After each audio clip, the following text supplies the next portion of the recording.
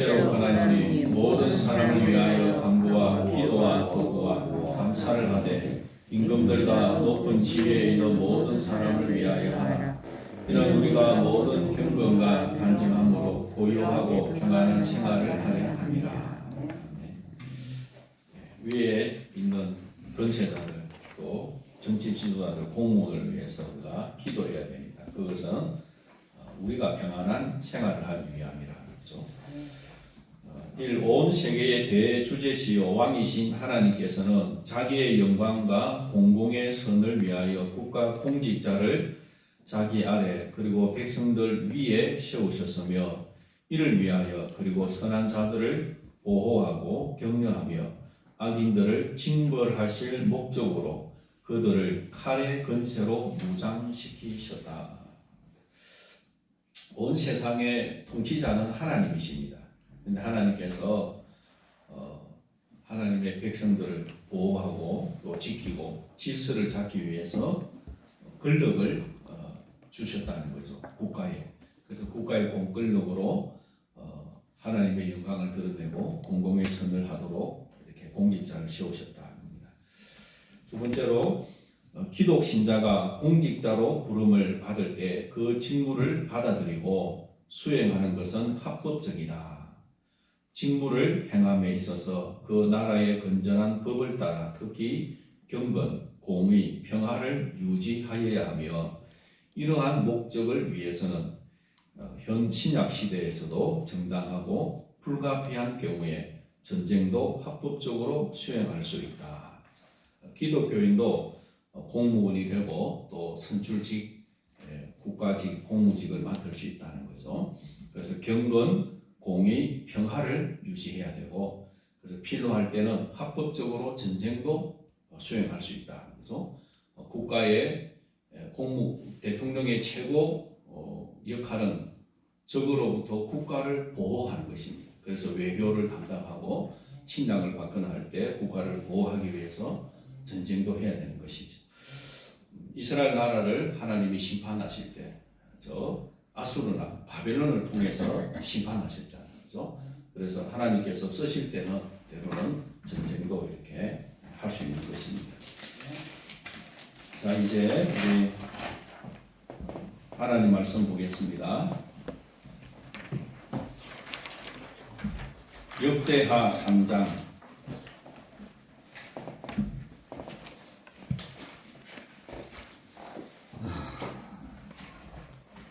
역대하 3장 1절에서 3절입니다.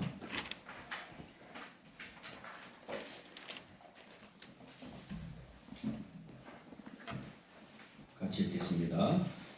솔로몬이 예루살렘 모리아 산에 여호와의 전 건축하기를 시작하니 그곳은 전에 여호와께서 그의 아버지 다윗에게 나타나신 곳이요 여부수 사람 오르난의 타작마당에 다윗이 정한 곳이라. 솔로몬이 왕위에 오른 지 넷째 해 둘째 날 건축을 시작하였더라.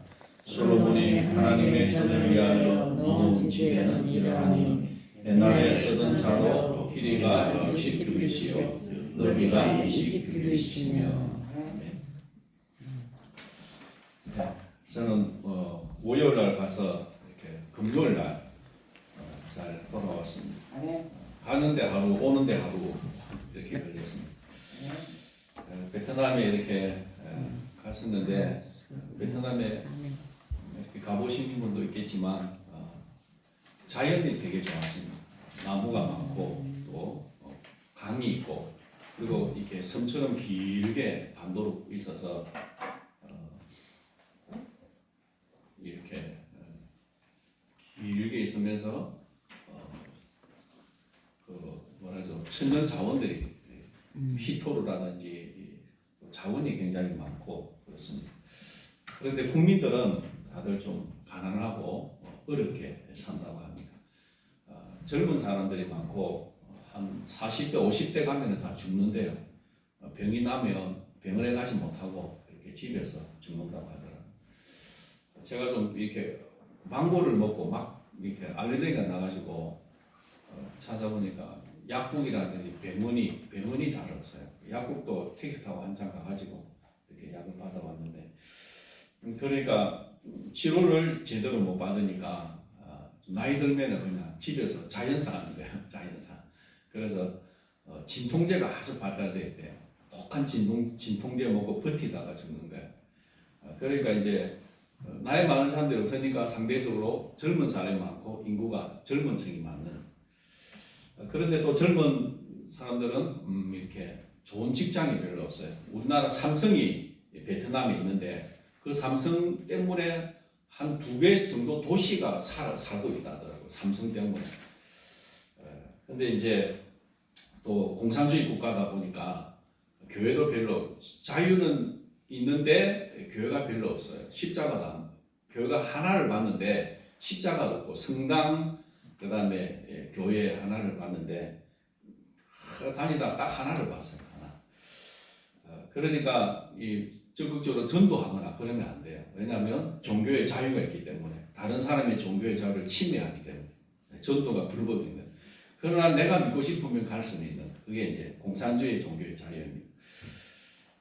여하튼 거기서 느낀 것은 이렇게 쭉 돌아보면서 참 하나님의 말씀이 없으니까 이 세상을 어떻게 살아야 될지에 대한 기준이 없으니까 그냥 돈 벌고 장사하고 살아가는 여기까지 모든 것이 초점이 맞춰져 있거라는 걸 느꼈습니다. 그래서 하나님의 말씀이 있으면 우리가 어떻게 살아야 될지 또 우리가 죽은 후에 영원한 천국을 바라보고 하나님을 경외하며 살아가는 그런 신앙의 우리 인생의 길잡이가 될 텐데 그게 없으니까 그냥 하루하루 살아가는 거예요. 조금 시골 쪽에 가니까 특이한 점은 여자들은 열심히 일을 하러 가요. 아침에 일어나면 일을 하고 돌아오면 남자들은 논다고 그래요. 그래서 베트남 커피가 많아가지고 커피숍에 가가지고 아침부터 저녁까지 커피 마시고 이렇게 침대 있잖아요. 그죠? 흔들는 거기에 누워 있는 거예요. 그러고 저녁 되면 집에 가서 밥 먹고 아침 되면 부인은 돈 벌러 가고 남자는 커피숍에 가서 커피 마시고 놀고 있고 이상한 문화가 있더라고요. 약간 다 그런 건 아니고 약간 시골 쪽에 그런 게. 그리고 또 일하는 사람 보면 남자는 별로 안 보고 여자들이 많아요. 물론 공장에는 남자들 많이 있겠지만 우리 같은 밖에 일하는 사람도 남자들 많이 있을 텐데 건설 말고는 뭐 이런 일들은 여자들이 많이 하는 걸 봤습니다. 그리고 또 하나의 특징이 이제 이렇게 20살 예를 들어 20살 된 남녀가 서로 만나서 이제 결혼하려고 하잖아요, 그죠? 그런데 누가 뭐 가족 뭐 할머니나 할아버지나 또 외갓집이나 친척 중에 한 사람이 죽으면 부정을 탄다고 결혼을 3년 연기를 한대요. 그러다가 3년 기다렸다가 또 결혼하려고 하는데 또 한 명이 죽으면 또 3년 연기를 해요. 그러다가 29, 30 되면 노처녀가 돼갖고 이제 아예 시집을 못 간대요. 그래가지고 결혼 못 해가지고 이제 한국으로 이렇게 시집 많이 온다 그러더라고요. 그래서 좀 이상한 그런 문화가 있습니다. 신앙이 없으니까 그렇겠죠, 그죠? 그래서 하여튼 그런 베트남을 보고 왔는데, 그런데 과일이 얼마나 많은지 몰라요. 열대 지역이니까 과일이 많고 풍족하고, 그래서 굶어 죽지는 않는데 좀 가난하게 살고 있는 걸 보았습니다. 이제 우리 하나님 말씀을 드리겠습니다. 오늘 제목은 모리아산입니다. 모리아산. 예루살렘 성이 있는 산은 시온산과 모리아산입니다. 자, 여러분, 예루살렘이 있으면 예루살렘 또 성이 있잖아요, 그죠? 예루살렘이 있고 예루살렘 성이 있고 예루살렘 성이 있는 그 터가 이제 산이 2개가 있다는 거예요. 시온산이 있고 모리아산이 있습니다. 그래서 예루살렘 성이 있는 낮은 지대는 시온산인데 해발 630m에서 650m입니다. 높은 거죠, 그죠? 웬만한 굉장히 높은 산에 해당. 우리 충효동 우리 에덴 교회가 제가 검색을 해보니까 해발 몇 메다고 하니까 해발 48.7m더라고. 48.7m.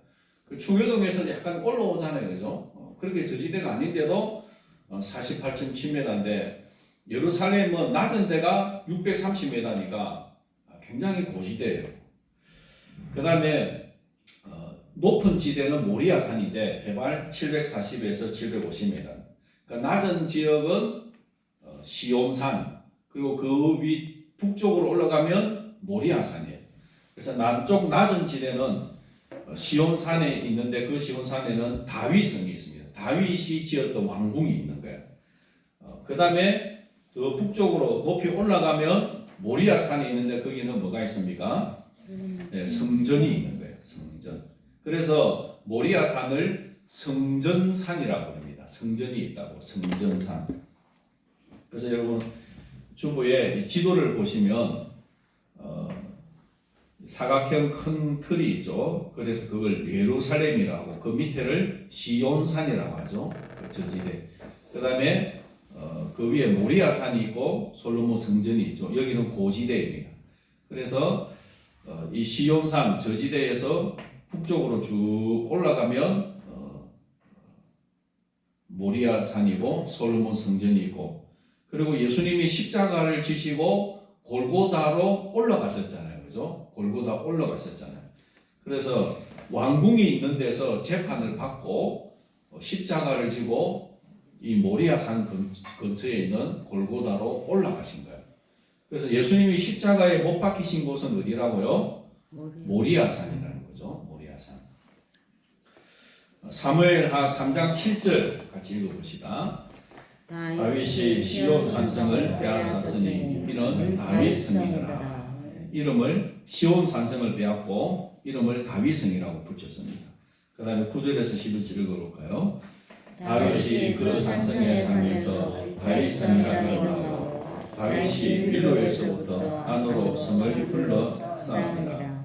두로 왕 히람이 다윗에게 사절들과 백항목과 목수와 석수를 보내매 그들이 다윗을 위하여 집을 지으니, 다윗을 위하여 집을 지었다 맞죠? 그래서 다윗 왕궁을 짓게 되는데 그 왕궁이 시온산, 예루살렘 성 안에 시온산에 위치해 있다. 조금 거기서 약간 낮은 곳에 있다는 거죠. 역대하 3장 1절 읽어봅시다.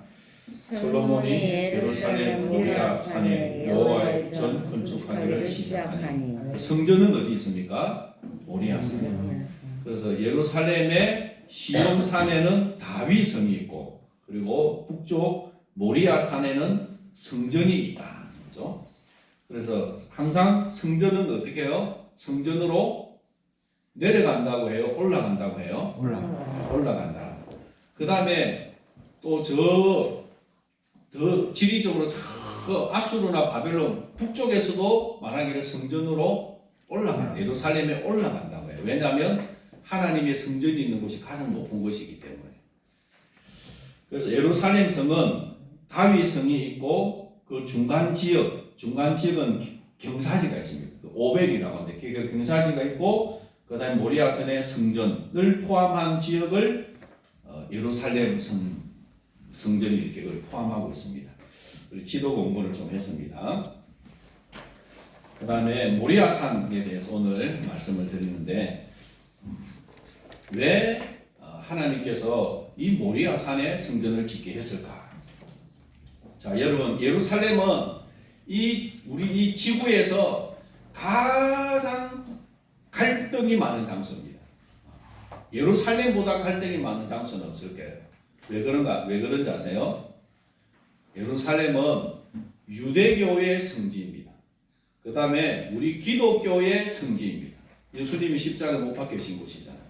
그 다음에 이슬람의 성지입니다. 왜냐하면 이슬람의 그 교주 마호메트가 거기서 성천했다는 거예요. 성천. 그래서 거기가 성지입니다. 그래서 이 예루살렘을 놓고 이 유대교, 기독교 안에도 또 여러 파가 있잖아요. 그죠? 여러 파들이 각각 또 있고, 그 다음에 이슬람이고, 여기가 세계의 눈이 가 있는 곳이에요. 세계의 눈이. 그리고 예루살렘 성전이 있던 자리에 지금 뭐가 있나요? 예. 이슬람 사원, 알-아크사 사원이 있죠. 알-아크사 사원.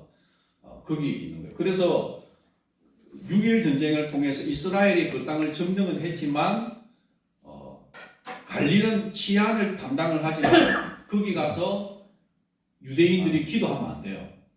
거기는 누구만 기도할 수 있느냐면 이슬람교만 기도할 수 있는 거예요. 그럼 만약에 유대인들이 거기 가서 기도하거나 하면 갈등이 일어나는 거예요. 그래서 이 유대 정치 지도자들이 아주 극우 쪽으로 당첨이 되면 그것을 입으로 가는 거예요. 갈등을 일으키기 위해서. 그러면 또 막 분쟁이 일어납니다. 그런데 이스라엘 사람들은 거기가 성지고 성전이 있던 자리고 그들은 거기에 성전을 지어야 이스라엘의 메시아가 와가지고 우리를 구원해주고 온 세상에 종말이 올 것이라고 믿고 있는 거예요. 그 다음에 또 이슬람은 여러분 수니파와 시아파가 있잖아요. 그죠? 지금 이란은 시아파입니다. 이란은 시아파고 사우디아라비아는 수니파예요.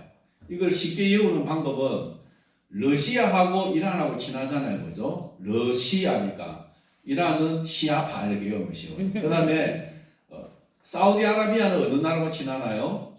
미국하고 친하죠. 그죠? 미국하고 친하. 그래서 미국은 미가 되니까 수니파라고 하죠. 수니파. 하여튼 그렇게 돼요. 그런데 이 차이점이 뭐냐면 수니파하고 시아파하고 차이점이 뭐냐면 마호메트의 후계자가 있잖아요. 후계자를 누구로 볼 것이냐가 두 파가 다른 거예요. 그래서 이 이란이 믿는 시아파는 마호메트의 후계자는 마호메트의 혈통에서 나와야 된다는 거예요. 혈통에서. 그리고 숫자는 12명이라는 거예요. 12명. 그런데 그 사람들이 기다리고 있는 12번째 사도는 869년경에 이미 태어난 사람이에요. 이미 태어났습니다. 지금으로부터 거의 1500년 전에 태어난 사람이에요. 그런데 그 사람이 이 지구 어딘가에 숨겨져 있다는 거야. 숨겨져 있는 거야. 그래서 그 사람 이름이 무하마드 알 마흐디인데, 마흐디라고, 줄여서 마흐디라고. 그 마흐디가 짠짠하고 출현을 하게 되면 이제 예루살렘하고 이쪽으로 활동하면서 이 지구에 종말이 온다는 거예요. 정의를 실현하고 종말이 온다. 그래서 우리는 그 마흐디를 기다려야 된다. 마흐디. 그런데 그 마흐디를 기다리고 있는데 그 마흐디가 올 때까지는 이제 그 하메네이가 있잖아요. 그 죽었잖아요. 종교 지도자. 하메네이 종교 지도자들이 나라를 다스려야 된다는 거죠. 그리고 그 마흐디가 오면 이 마호메트가 성천한 예루살렘 이 자리를 중심으로 활동하는데 여기를 정결하게 만들어 놔야 되잖아요. 그죠? 그러니까 이스라엘을 없애버리려고 하는 거예요. 이스라엘을 지구상에서 쓸어버리려고 하는 거예요. 그러니까 계속 갈등이 있는 거죠. 그 다음에 이 사우디아라비아라는 꼭 마호메트의 혈통적인 그 후계자 마흐디가 아니더라도 그쪽에서 나온 훌륭한 사람이면 누구든지 이 후계자가 될 수 있다. 그래서 언젠가는 그 사람이 올 것이다라고 이 사우디아라비아 수니파는 기다리고 있는 거예요. 그러니까 이란이 믿고 있는 그 시아파는 마흐디가 869년에 태어나가지고 지금 어딘가에 숨어 있다가 지금 짜잔하고 나타날 것이다. 그걸 우리는 기다리기 위해서 뭔가 나라를 잘 세우고 준비해 놓아야 된다. 그게 이란의 사명이에요. 그래서 이란은 얼마나 미국이 그렇게 폭격을 해도 항복 안 하잖아요. 그 신념이 있으니까 끝까지 싸우는 거예요. 뭔가 자기들이 이 마흐디가 올 준비를 해놔야 된다는 거죠. 그래서 이런 갈등이 있기 때문에 이 예루살렘의 이 도시는 그냥 누구도 함부로 할 수 없는 갈등이 언제든지 폭발할 수 있는 장소입니다. 만약에 이스라엘이 이 성전산에다가 알-아스크 사원을 헐어버리고 성전을 지어버리면 그거는 있을 수가 없는 그냥 세계에서 그냥 지구가 종말할 수 있는 전쟁이 일어날 수 있습니다. 어마어마한 전쟁이 일어날 수 있습니다. 모든 이 아랍권의 이슬람들이 총 공격을 하고 그러면 그걸 막기 위해서 또 유럽이나 미국이나 해갖고 나토 해가지고 다 이스라엘 보호하기 위해서 하고 그러면 전 지구 전쟁이 일어날 수 있는 갈등의 장소입니다. 그러니까 참 이 예루살렘은 갈등이 아주 큰 장소인데 그리고 특별히 모리아산이 그렇다는 성전산. 근데 왜 이런 모리아산이 이렇게 중요한 산이 되었는가? 그 가장 오늘 그 뿌리가 되는 걸 오늘 제가 여러분에게 성경을 통해서 말씀을 드리려고 합니다. 그러니까 이 모리아산이 어떤 산인가 알면은 왜 이렇게 이 참 갈등이 있고 전쟁이 있는가 하는 거예요. 지금 미국과 이란과의 전쟁도 그냥 이렇게 바깥 전쟁 같지만 그 속에 깊이 들어가 보면 이 모리아산하고 연관이 있는 거예요. 그 발단에는. 자, 이 모리아산의 이름의 뜻이 무엇입니까? 여호와께서 한번 따라해보세요. 여호와께서 보시는 산. 여호와께서 보시는 산. 모리아산이 뜻이 뭐냐면 하나님께서 늘 보시는 산이라는 거예요. 보시는 산.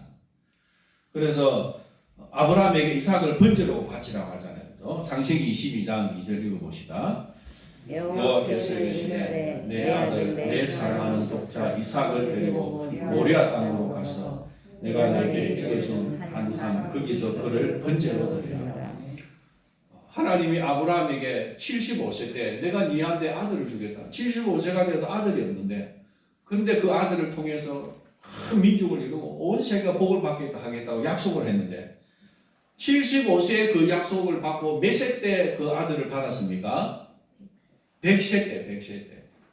25년 동안 기다렸다가 받은 아들이에요. 그 아들 얼마나 사랑스럽겠습니까? 이삭의 뜻이 뭔가요?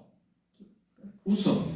웃었다는 거예요. 처음에는 하나님이 사라에게 90세가 된 사라에게 네가 아들 낳을 것이다니까 아이고 내가 할머니가 된 내가 무슨 아들을 낳는다고 웃었어요.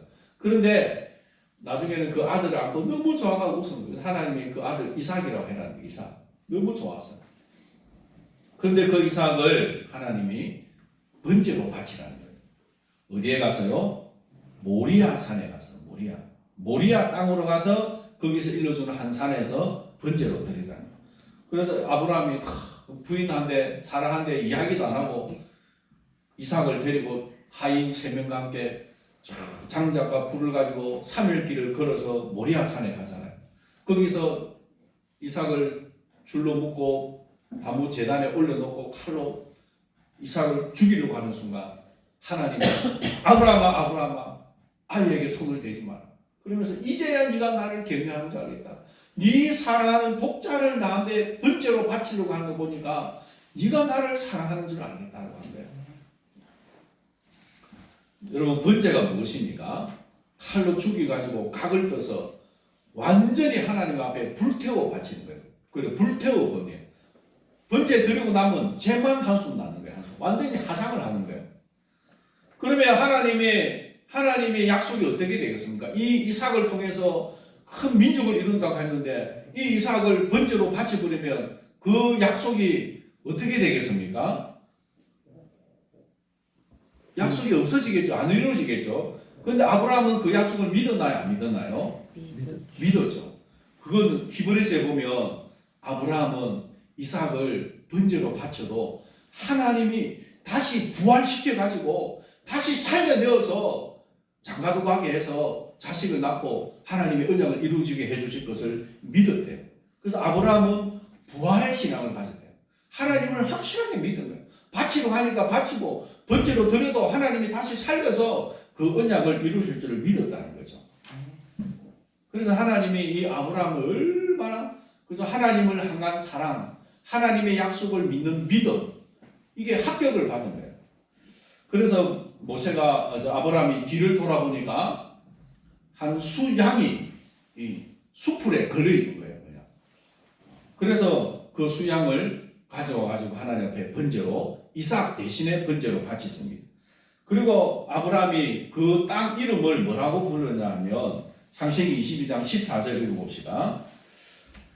아브라함이 그 땅 이름을 여호와 이레라 했으므로 오늘날까지 사람들이 이르기를 여호와의 산에서 준비되리라. 그 땅 이름을 뭐라고 했다고요? 여호와 이레. 우리가 여호와 이레 하면은 뭐라고 해석하나요? 여호와께서 미리 준비해 놓았다. 그런데 해석은 맞는데 본래의 뜻은 그게 아니에요. 이레가 뭐냐면 여호와께서 보실 것이다. 보실 것이다.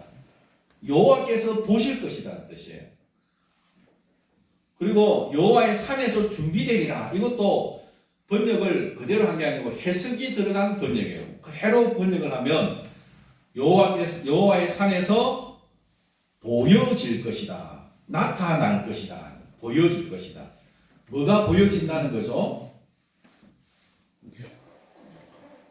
이삭을 대신해서 번제로 드려질 수양이 보여진 것처럼 앞으로 우리를 하나님의 백성들을 대신해서 번제로 드려질 제물이 뭐 할 거라는 거죠? 보여질 것이다. 이 산에서.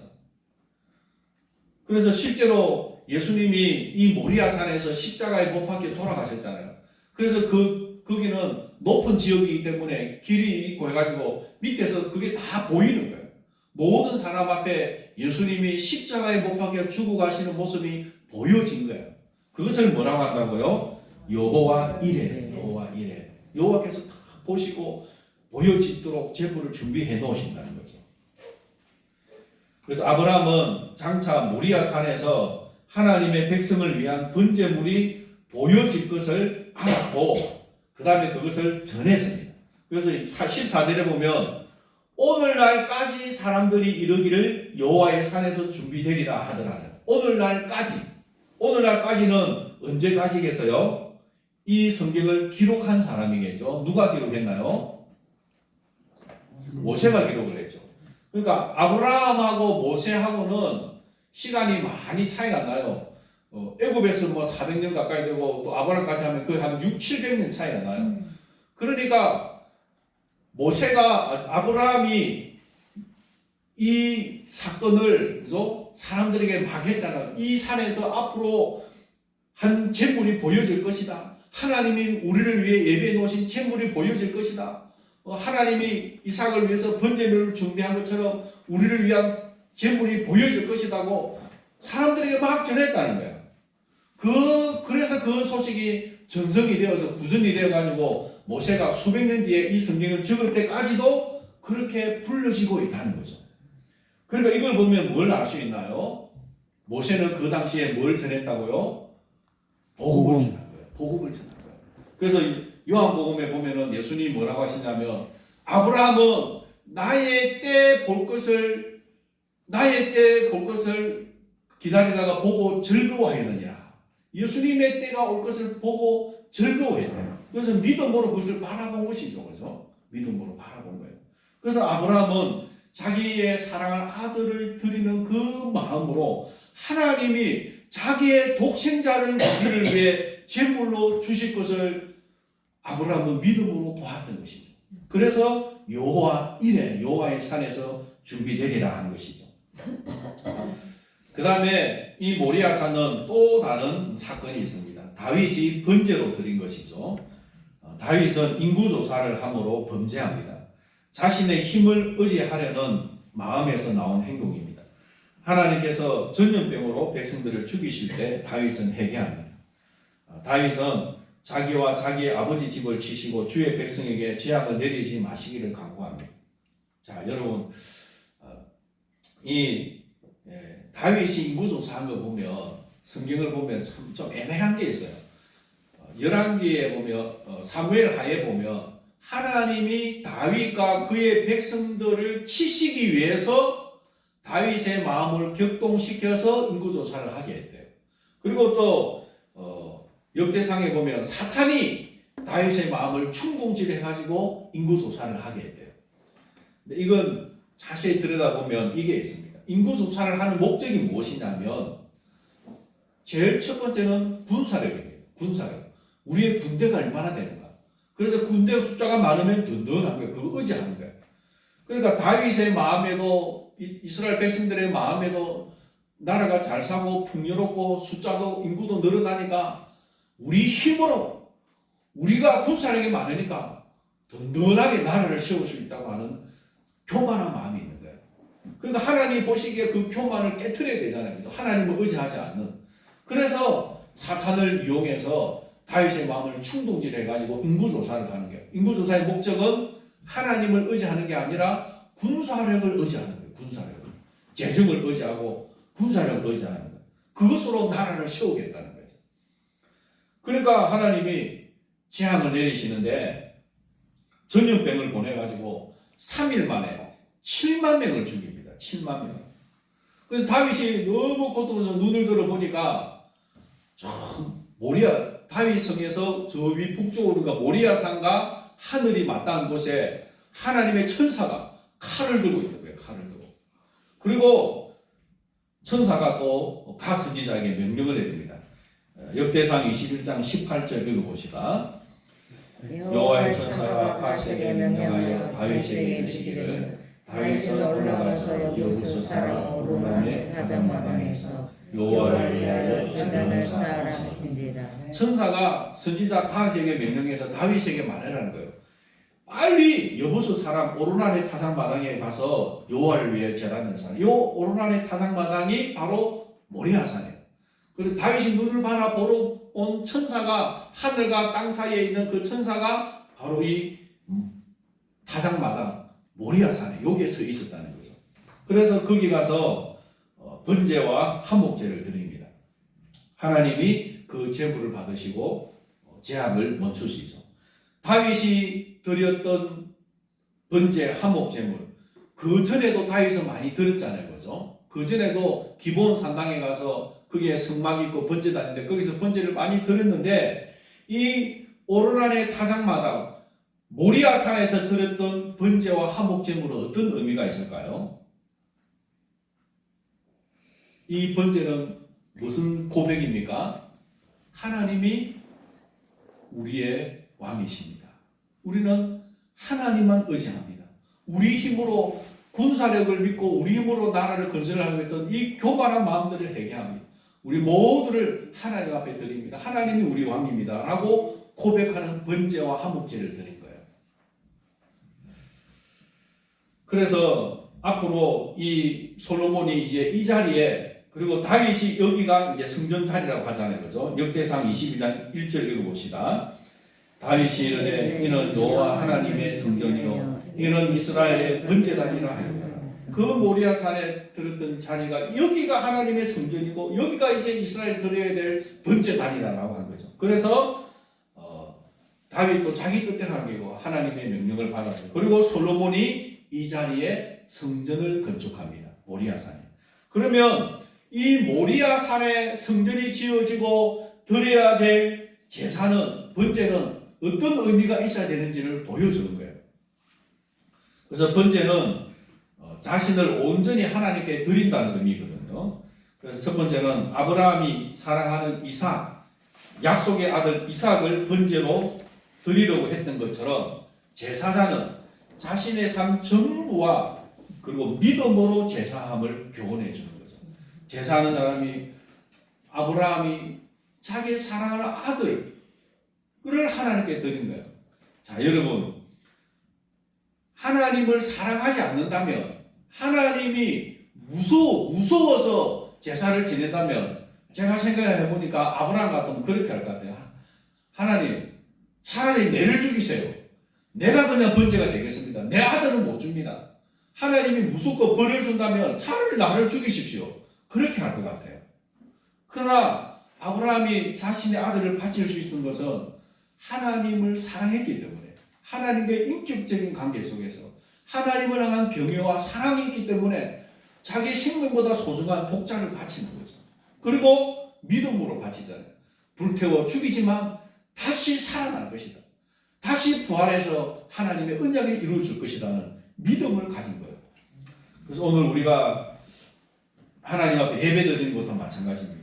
우리의 가장 사랑하는 마음으로 그리고 믿음으로 그죠? 하나님 앞에 예배해야 되는 거죠. 그래서 이 하나님을 향한 사랑과 믿음이 없는 제사는 형식적인 믿음 제사밖에 안 된다는 거죠. 두 번째는 다윗이 참 왕이신 하나님과의 관계의 회복을 위해 번제와 한목제를 드린 것처럼 제사자는 하나님이 왕이심을 고백하고 절대 주권에 순종하는 자세로 제사를 드려야 함을 교훈해 줍니다. 다윗이 다른 데서도 많은 번제를 드렸지만 이 모리아 산에서 드린 번제의 의미가 뭐라고 했습니까? 하나님이 왕이십니다. 내가 왕이 아니고 하나님이 왕이십니다.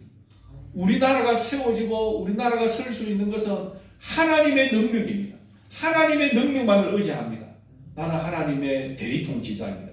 그 화목 관계를 회복하면서 드렸던 제사인 것이죠. 그래서 제사도 이 모리아산 성전에서 드려야 될 제사는 늘 그런 고백을 가지고 드려야 된다는 거죠. 하나님이 왕이십니다. 하나님의 능력만을 의지합니다. 하나님의 절대 주권에 순종하는 자세로 제사를 드려야 된다는 거죠. 그 다음에 이 성전과 제물은 예수 그리스도를 예표합니다. 히브리서 10장 6절에서 7절 읽어봅시다.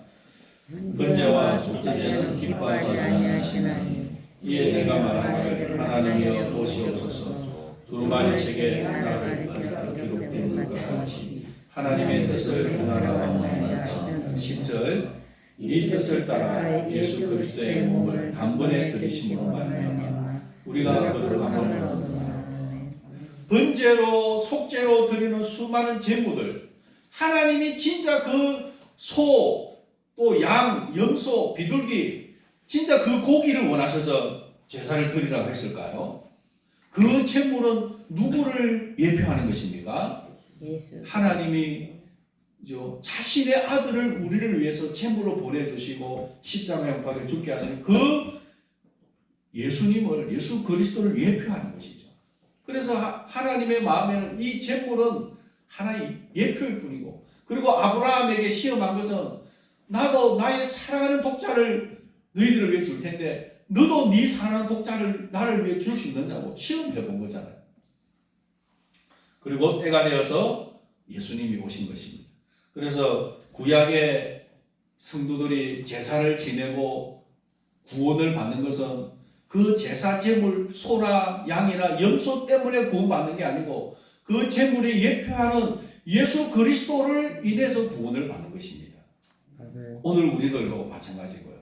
그래서 예수 그리스도에 대한 그런 믿음이 없이 제사를 지내는 것은 아무런 의미가 없는 거예요. 네 번째로 오늘날 모리아산과 성전은 어디입니까? 하나님의 눈길과 마음이 항상 있는 곳입니다. 솔로몬이 성전을 건축하고 하나님 앞에 성전 봉헌 기도를 드리잖아요. 그때 하나님이 응답을 주시는데 내 눈길과 내 마음이 항상 거기 있을 것이다. 하나님의 눈길과 하나님의 마음이 성전에 항상 있을 것이라고 합니다. 그런데 예루살렘 성전은 어떻게 되었나요? 파괴되어졌잖아요. 그죠? 파괴되어졌잖아요.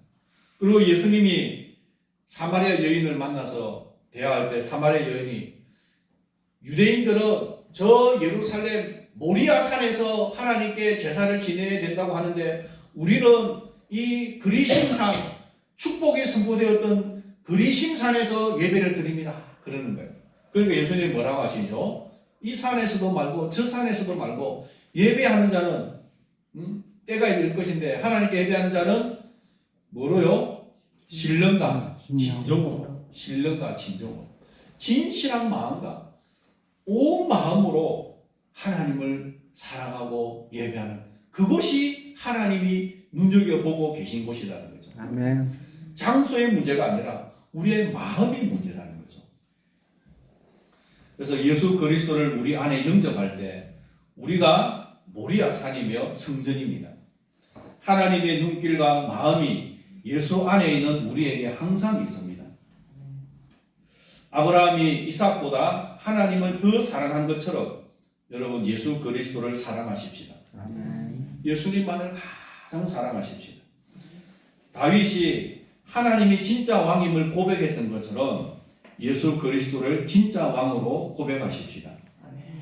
그리할 때 하나님께서도 사랑의 눈길로 바라보실 것이고 기쁨이 충만한 마음으로 우리와 함께 하실 것입니다. 아멘. 사람의 제일 되는 목적은 하나님을 영화롭게 하고 영원토록 그를 즐거워하는 것입니다.